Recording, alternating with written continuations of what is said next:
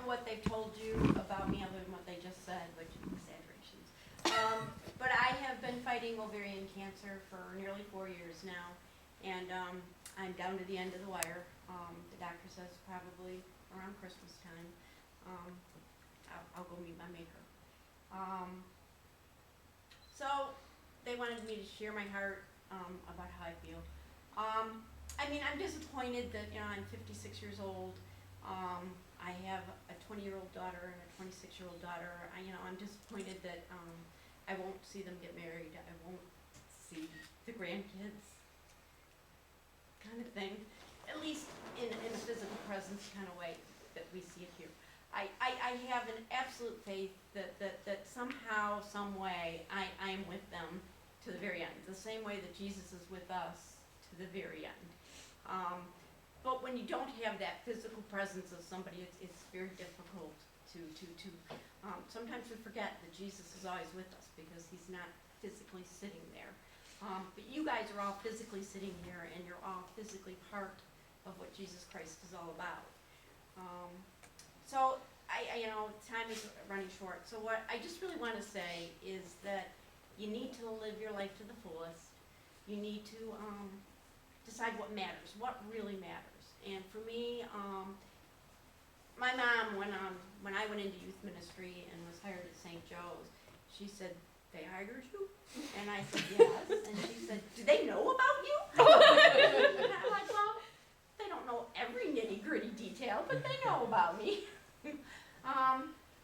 And we do that. We take faith for granted. I was a miserable teenager, and I made life miserable for other people because I was miserable. But somehow, some way, Christ does what Christ does. He got through to me, and I wanted to share that with other people and make life and faith meaningful. My passion really is youth, especially struggling youth who are struggling to figure out where they belong in God's creation, and that they really do matter, because every single one of us matters. But a lot of times we just don't believe that. And we need to, because Christ was willing to give his life to show us that we matter, and that everybody else matters. And we need to find meaning and purpose in doing his work to better the world and lives of other people. When I left St. Joe's, Covenant House had already been a part of, I would drag the youth group to every open house thing that they had. And I just said, you got to hear these kids' stories. You got to hear these kids' stories, because these kids understand faith in a way that we just totally take for granted. They understand struggle in a way that most of us totally take for granted. So when I left St. Joe's and I wasn't quite sure what my next move was, I had contacted Melissa Golpe, who's the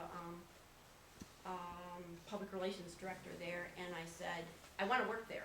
Here's my resume, find a place for me. And she did, and it was, I loved every minute of Covenant House. It was, I only left because my health issues were coming into play. I also want to say that while I was diagnosed with cancer, well, it started before I was diagnosed, a year before, but I also got my master's degree in the last 4 years. So